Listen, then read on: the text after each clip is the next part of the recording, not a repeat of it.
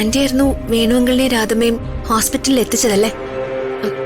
നന്ദിയുണ്ട് ആന്റി. ഏയ്, എന്താ മോളെ ഇത്? മോള് ആന്റിയുടെ ജീവൻ രക്ഷിച്ച ആളല്ലേ.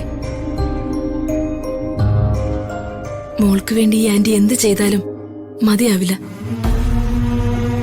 ആന്റിക്ക് രണ്ടാം ജന്മം തന്നത് മോളല്ലേ.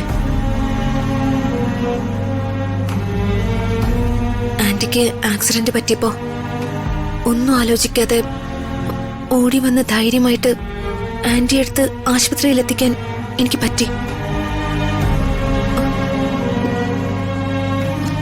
പക്ഷെ രാജുവിന് അങ്ങനെ സംഭവിച്ചപ്പോ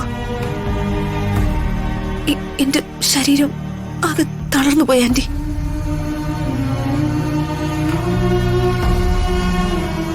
എന്താ ചെയ്യേണ്ടെന്നറിയാതെ ഞാനാകെ ഒരു മരവിച്ച അവസ്ഥയിലായിപ്പോയി.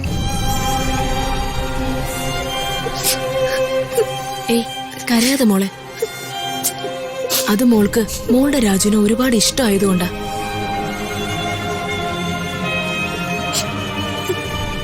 മോൾക്ക് ആന്റി ആരാന്നറിയാത്തതുകൊണ്ട് ആന്റി ആശുപത്രിയിൽ എത്തിക്കാൻ മോള് ധൈര്യമായിട്ട് വന്നു.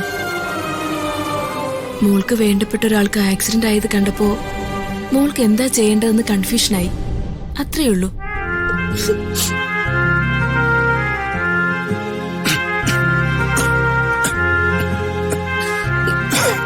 രാജു, എന്താ രാജു, വെള്ളം വേണോ? എണീക്കണോ?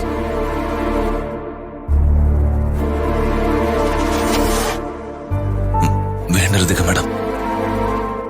അല്ല മാഡം, ഇത്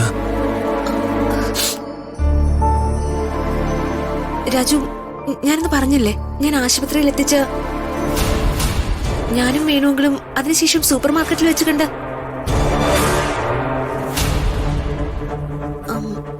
അയ്യോ ആന്റി, സോറി, ഞാനന്ന് ചോദിക്കാൻ മറന്നു. ആന്റിയുടെ പേരെന്തായിരുന്നു?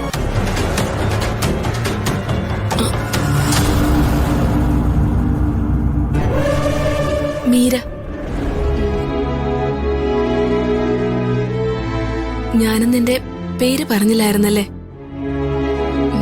സോറി മോളെ, എന്റെ പേര് മീര എന്നാ.